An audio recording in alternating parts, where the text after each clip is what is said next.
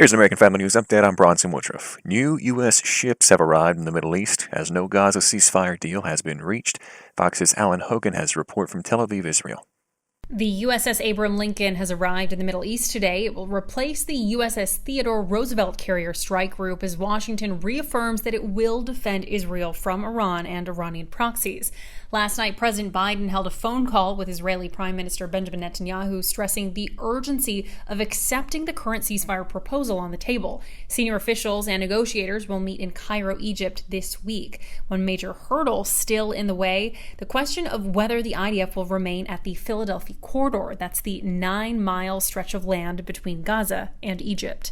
In Tel Aviv, Israel, Alex Hogan, Fox News. The Democratic National Convention's third night showcased former President Bill Clinton and introduced more Americans to Minnesota Governor Tim Walz, who was little known outside of his state until VP Kamala Harris selected him as her running mate. During his speech, Walz sought to turn Republican arguments on their head while making an appeal for common sense rooted in his Midwestern values. He said, quote, "When they were banning books from their schools, we were banishing hunger from ours." The book banning that Walz referenced deals with books that many Republicans and parents have expressed concern about because of the pornographic content and the promotion of homosexuality and transgenderism. In his first outdoor rally since last month's assassination attempt, Donald Trump appeared on stage in North Carolina to talk about national security. It was part of his week-long trip across the country to draw attention away from Democrats and their national convention.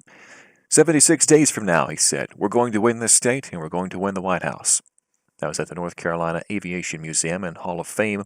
He said that from behind a podium, which was surrounded by panes of bulletproof glass that formed a protective wall across the stage. Storage containers were stacked around the perimeter to create additional walls and to block sight lines.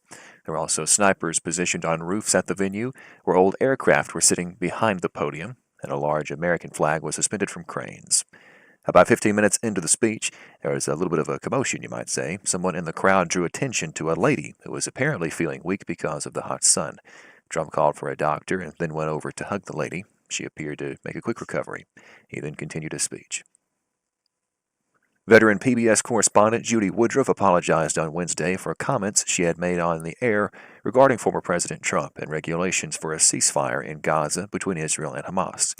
Woodruff, during PBS's Democratic National Convention coverage on Monday, repeated a story she had read in Axios and Reuters that Trump had allegedly been encouraging Israeli Prime Minister Benjamin Netanyahu to put off peace talks until after the U.S. election, in the belief that a deal could help Democrat Kamala Harris's campaign.